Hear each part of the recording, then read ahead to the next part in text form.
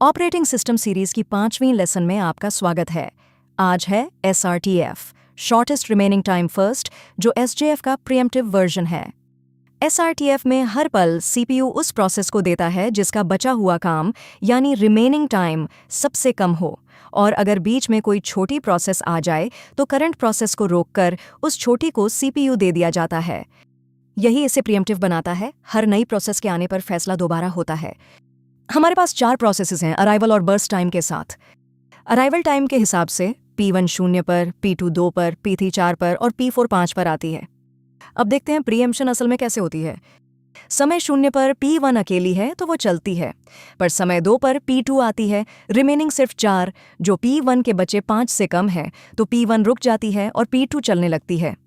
समय 4 पर P3 आती है, रिमेनिंग सिर्फ 1, सबसे कम, तो P3 चलती है और समय 5 पर पूरी हो जाती है। अब P2 का रिमेनिंग 2 सबसे कम है, तो P2 फिर चलती है 5 से 7।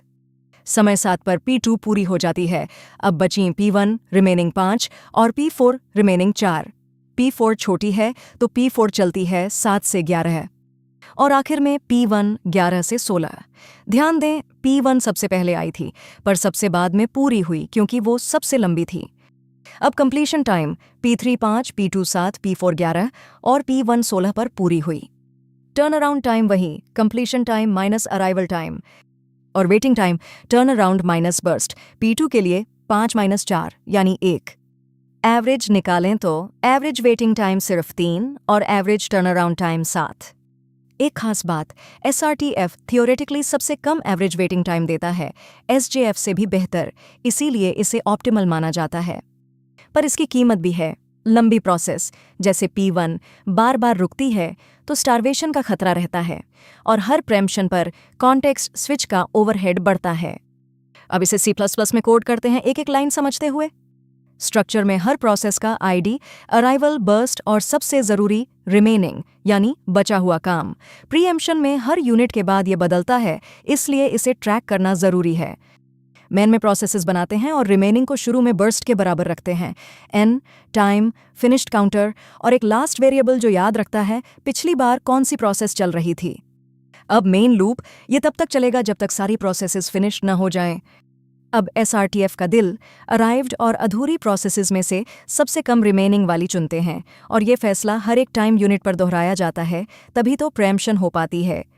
अगर कोई प्रोसेस अभी तक आई ही नहीं तो CPU खाली है, टाइम 1 बढ़ाकर आगे बढ़ जाते हैं। अगर इस बार पिछली से अलग प्रोसेस चुनी गई तो ये एक कॉन्टेक्स्ट स्विच है, हम इसे घंटे के लिए नोट कर लेते हैं।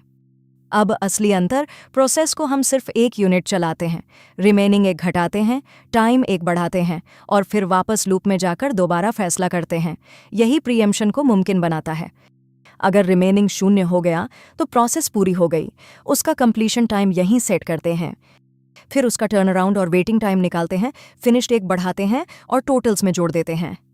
दिमाग में चलाइए, P1 शुरू होती है पर P2 आते ही रुक जाती है, फिर P3, फिर P2 वापस। हर यूनिट पर सबसे छोटी बची प्रोसेस चुनी जाती है, और आखिर में पूरा टेबल और एवरेज प्रिंट कर देते हैं। कोड चलाने पर हमें पूरा गैंट और वही जवाब मिलते हैं, एवरेज वेटिंग टाइम 3। तो SRTF सबसे कम वेटिंग टाइम देता है, पर ओवरहेड और स्टार्वेशन इसकी कमियां हैं। इसके साथ CPU स्केजुलिंग की 5 बड़ी एल्गोरिदम्स पूरी हुईं: FCFS, SJF, round robin, priority और SRTF। सब्सक्राइब करना न भूलें।